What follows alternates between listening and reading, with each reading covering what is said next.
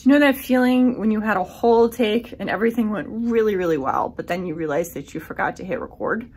Don't do that. Anyway, welcome to week 5 of YouTube class. What I thought I would do with this short video is to just walk you around my office a little bit, show you my camera setup, and talk to you a little bit, especially if you don't have any video production experience. I don't think that you need it for this class. And this class is not meant to teach you basic video production skills either. Although by default, you probably will come up with some basic video production skills. So I just thought that I would talk to you a little bit about some of the choices that you have at your disposal for achieving certain effects in your videos. Here's one example of a vlog setup. I'm being very careful to look into my front-facing camera lens.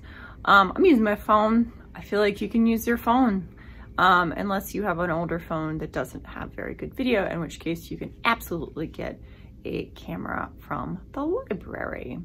The other thing is that my lighting is beautiful, right? I've got great lighting, and you know why? It's because there's a window right there. And that window is providing all sorts of fabulous natural light. Things would get a little bit more difficult if I were using electrical lights, but we'll talk about those later. Here's what it looks like and sounds like if I'm just using the camera on my computer, just your basic webcam on my Mac, without setting anything else. So this is just the lighting that I've got in my office. I've got a lamp right there. I've got a lamp right there, so it's not too bad. I've got the window coming in from this side.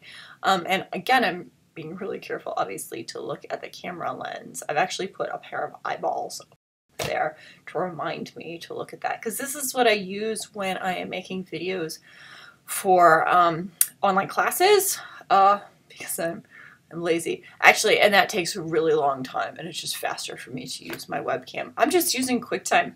This works fine for me. It's not great, but again, content is often more important than quality.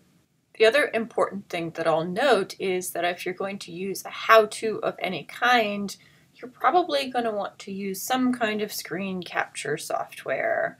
I just always use QuickTime because, again, I'm kind of lazy. I'm sure that there's better stuff. There's Camtasia, which they try to encourage us to use because it works with Kaltura and Canvas, whatever. Screen capture program like QuickTime will get you where you need to go.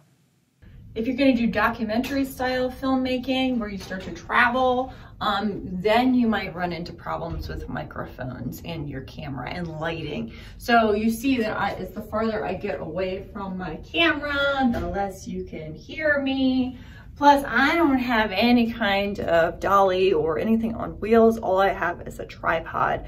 And so you might want to look into using other equipment for that. So, but what I'm gonna do is I'm going to carry my tripod with me, and I'm gonna set up. Hi, what's up? Not much. I'm filming a YouTube video. Oh, I'm interrupting. Brilliant. No, you're not. This is all good. This is all good. It all stays in. Hey, there you Yeah. go. Have fun. Okay, so you can see that the lights coming down like this are kind of casting shadows on my face. So if you're gonna film, for instance, in the hallway here, you might wanna consider lighting. There's too many people out in the hallway right now. I might have to do this later. Here's another example of documentary footage. This is just me recording footage of my 2 children trying to learn how to skate on Saturday morning this week. And you can see how I've recorded a new audio track to go over the footage of them trying so hard. You know why they're trying so hard is because we bribe them with Skittles. They have to stay out on the ice for all 30 minutes, and they have to keep trying to get up if they fall down. And then they get just like a whole bunch of Skittles as soon as they get off the ice.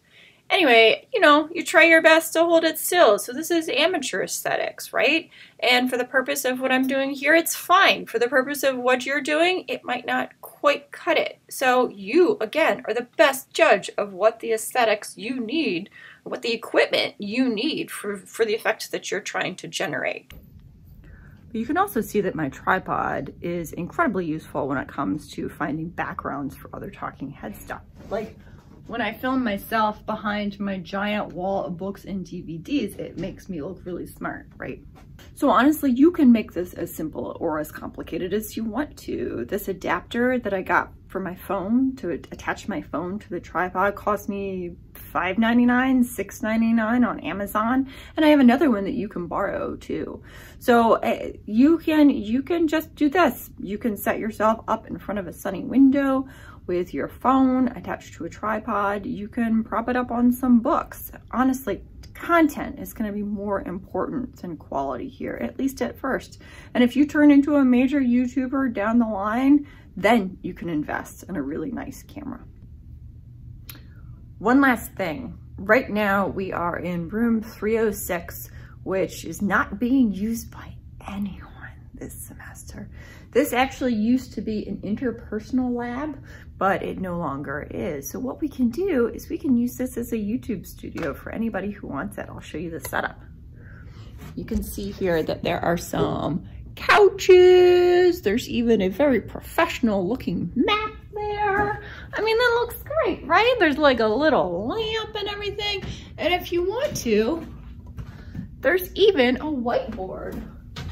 So you can demonstrate how fast you can draw cats, which for me is really fast, but I feel like I've done this for a lot of people this semester so far.